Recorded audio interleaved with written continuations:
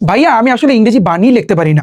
ইংরেজিতে একটা সেন্টেন্স দেখলে বা সিন যখন আমি পড়তে যাই তখন আসলে সেটার অর্থ আমি মিলাইতে পারি না। এসএসসি 27 এবং 28 ব্যাচের যত শিক্ষার্থী আছো যারা বর্তমানে ক্লাস 9 এবং ক্লাস 10 পড়তেছো, আজকে আমার কিন্তু এসএসসি 27-28 উপর ইংলিশ ফার্স্ট পেপারের ক্লাস ছিল। আজকে ওদেরকে আমি যা করাইছি, এই যে দেখতে পারতেছো মেহেরজান লিভস ইন ইসলাম, মেহেরজান একটা বস্তিতে বসবাস করে, এটা হচ্ছে ইউনিট নাম্বার 2 লেসন নাম্বার 1 এর কিন্তু সিন। এই একটা সিন আমি ওদেরকে পড়াইছি, আমি একটু দেখাই, তোমাদেরকে দেখাই। তারপরে আজকে ওদেরকে পড়াইছি হিউম্যান ক্যান নেইদার চেঞ্জ, খুবই গুরুত্বপূর্ণ একটা সিন, এটা আমি কিন্তু ওদেরকে পড়াইছি। তারপরে আজকে আমি আরো একটা সিন ওদেরকে পড়াইছি, সেটা হচ্ছে কি, এই যে দেখো, let's save our planets, everyone must play a part in protecting the environment. তিনটা সিন ওদেরকে আজকে আমি পড়াইছি এবং ওদের আমি একটা কথা বলছি যে ভাইয়া তুমি যখন সিন পড়তে যাবা তুমি আগে শব্দের অর্থ মুখস্থ করবা না, এটা ভাইয়া নিয়ম না।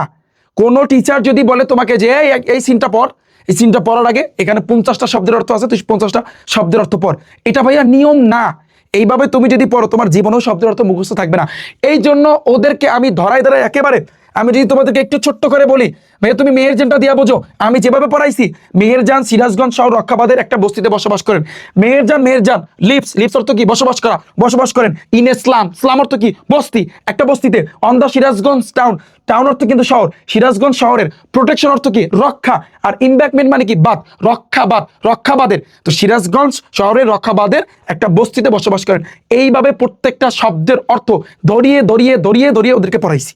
আমি একটা কথা বলছি, তুমি যদি ইংরেজি বানিয়ে লিখতে চাও, তুমি যদি ইংরেজি প্রপারলি শিখতে চাও, তাহলে তোমার ইংলিশ ফার্স্ট পেপারে যে টেক্সট বুকটা আছে, যতগুলা সিন আছে, এই সিনগুলো তো আমি যেভাবে পড়াই সেইভাবে তোমার পড়তে হবে।